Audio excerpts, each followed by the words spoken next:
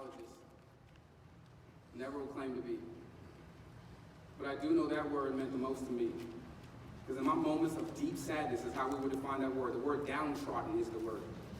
The moment where I feel like I'm beat up, there's nothing else I have left to give. Those moments in my life where tears come from nowhere.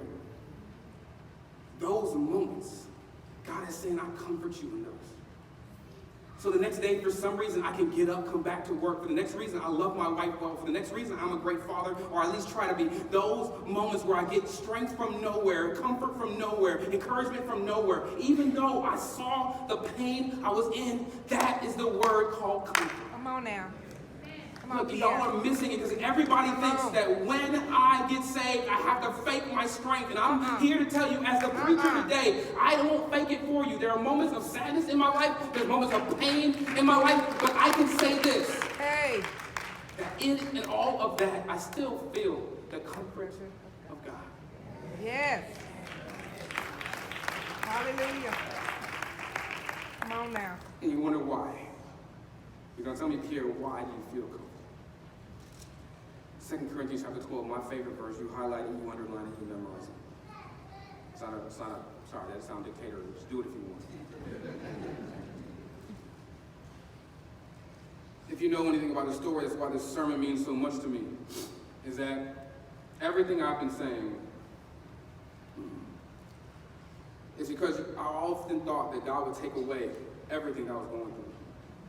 2 Corinthians chapter 12, verse 9, Paul went 3 times to ask God to take away the thorn in his flesh. You would think God would say, hey man, you're a great servant of Christ. You are doing amazing work for my kingdom. Let me take it away for you. Guess what God's response was? My grace is sufficient. It's sufficient. Yes. Y'all, listen to this. He didn't take away the thorn. Some people think it was blindness. Some people think it was anxiety and depression. Some people don't know what it is, and I'm not going to claim to know what it is. He never tells us. But what I can tell you, it was enough for him to beg. God begging, take the thorn out of my flesh. He begged 3 times, and God's response every time was, my grace is sufficient for you. Come on now. You know what the word sufficient means? More than enough. That means it never runs out. It never runs dry. You can't find the end of it. There's no beginning of it. Yeah. And even when you're feeling low, my God said, I may not take away your suffering. I may not take away your circumstances. I may not remove nothing from your life. But I know that this grace is enough. Hey. So guess what Paul says? Paul says this. He says, now, instead of me complaining about it, I boast in my weaknesses. Yeah. Yeah. So instead of you saying, oh, God fix my problems, you start to boast when your marriage is falling apart because you know God is powerful enough to fix it. Yeah. Guess what? When I'm feeling low, I don't mind telling you I have low moments because I'm boasting in my God who has given me grace that is sufficient. Stable. Yeah. Yeah. I will always boast. I will never hide my weaknesses from you because that's me just showing how good my God is. Come on now. See, we fake. We just do fake stuff, man. We walk around church, act like everything's okay. It is not okay, and it's okay for it to not be okay. Come on it's now. Okay. Come on, Pierre. Because there's comfort in knowing that even while it's not okay, even while you try to hold hands through church, you know your marriage is falling apart, even while you're doing your best fake job. Come on. Come on now. God is looking at you like, I got you. Let it go. I got you. Be weak. I got you. I'm strong. My grace is sufficient for you. that. Hallelujah. Yeah. That is the word comfort. Yeah. Comfort isn't the removal of the thorn. Comfort is me, God taking it away. Comfort is me saying, I got you. It's still there. Yeah. Oh. Come on. I have missed it.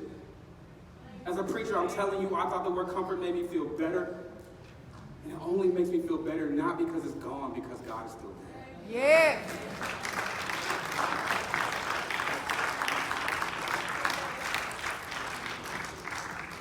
But let me at least give you some encouragement. And this is...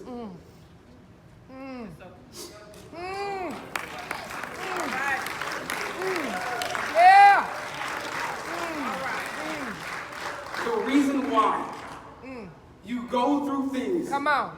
It's because when you're done with it, or even when you're going through it, you're supposed to comfort somebody else. Woo!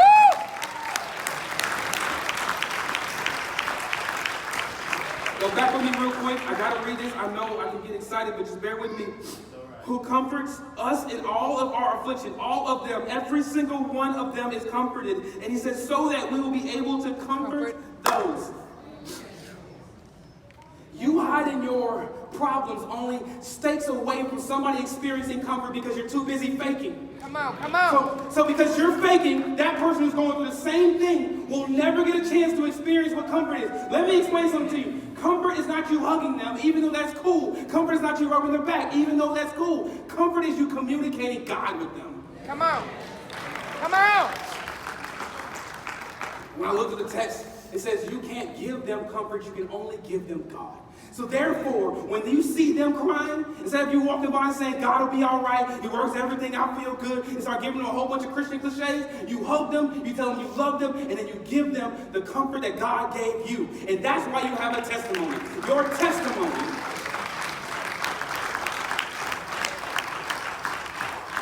when God's grace was sufficient for you, now you extend the same grace to somebody else. The issue with the church is that we judge people more than we give them grace. Come on. So we look at their marriages like, they must be falling apart. They ain't hold hands all service. Look at them. We don't have nice clothes on. Look at her. She ain't dressed the best. Where'd she come from? Who dresses like that on Sunday? Give God your best. And we start doing a whole bunch of stupid mess. And God's like, you missing it. Because I remember when you walked into church looking a hot mess. I remember when your marriage was falling apart and my grace was sufficient for your marriage. I remember when you were clubbing, and guess what? My grace was sufficient for that too. But you ain't saying nothing about that. You just walk around like you had your life fixed your whole life. And God's like, you missing it. Share it so that people can feel the grace, comfort, encouragement from God. Why do people walk in church more sad than when they came in? It's because people aren't comforting them. Why in the world are people more depressed in here? Why are marriages falling apart in here? Our marriage class should be full with people who are single and people who are suffering and people who are dating and people who are married. Because guess what, baby? I know you're going through that. I know you're going through a rough time in your marriage. I know he's breaking you. But I know, look at my marriage. You think it looks good now? That was only through the grace of God.